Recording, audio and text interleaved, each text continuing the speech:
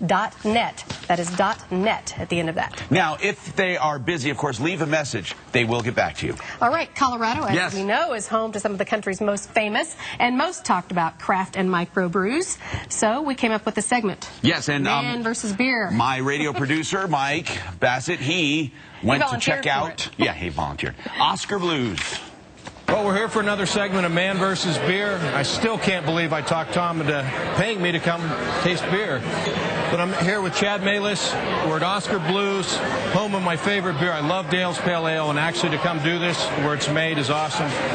Hey, Chad, how you doing? Doing great, man. How are you? Good. Good. So you've got a bunch of samplings. You guys make all the beer here in Longmont. Yep. Well, and the title of the show is Man versus Beer, so I'd like to get down to it. I want to taste some of these other beers.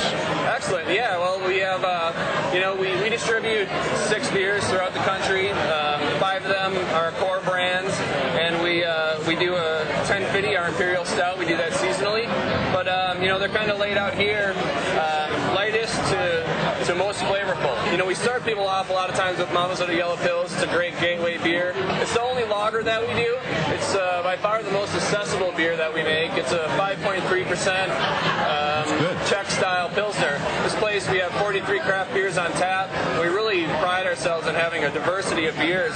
But wait. You got 43 beers on? You're never going to get me to leave here tonight. Right? Yeah. We got a cot upstairs for you. But the next one there is your Dale's Pale Ale. That's your favorite. I mean, you can catch the very hoppy nose on that one. It's got a very malty backbone. Now, what's this next beer here? The next beer is Old Chub. It's our Scottish style. It's a Scotch ale. It's about 8%. Very malty. A real mix of real dark. You get some chocolatey, caramely overtones with it. And what do we have going here? This is Goodnight. This is our Imperial Red Ale. It's previously known as Gordon, as a tribute to Gordon Knight. Still the same taste? Absolutely, same exact beer. It's something we've always said was it's big, it's red, and it's sticky. So it's still big, red, and sticky. What's the last beer here? This is Govna. It's our Imperial IPA. It's a huge beer. It's 10% alcohol, 100 IBUs, by far the hoppiest beer in a can. See, Tom, you got to make it up to one of these shoots. This is great.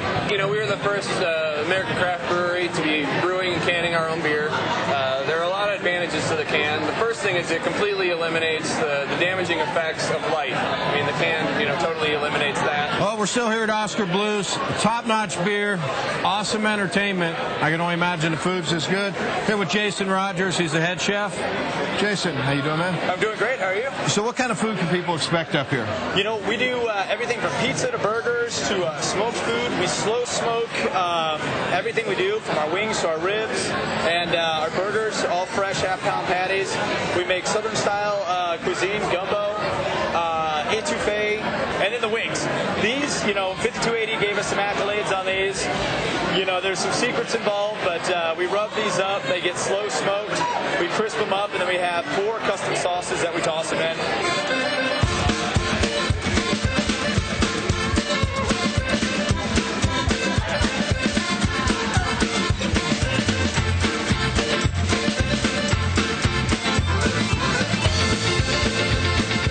As you know, I'm Man versus Beer. I like to drink a lot of beer, but in my opinion, the only amount of alcohol to drive on is none. I'm here with Joe Lazzara. He's our DUI expert and go-to guy when it comes to criminal defense or DUIs. Joe, what happens if somebody, you go out, you've had a beer after work, maybe you're iffy, shouldn't be driving, you get pulled over.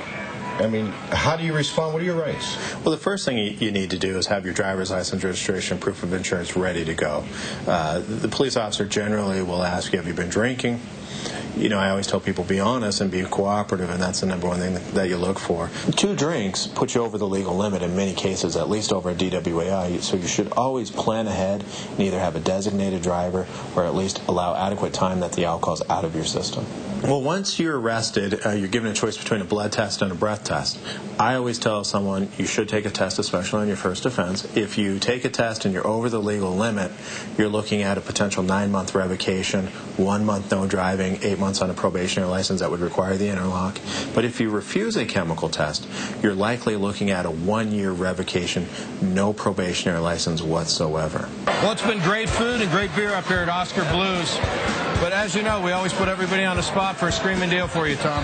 What kind of screaming deal do you have for Tom's viewers? We basically have a half off, so you get a $50 coupon for $25. Come on out and see what we have to offer. We got great beer, we got smoked meats, we got great live music. As always, when we end a Man versus Beer segment, once I'm drinking, I always take a yellow cab.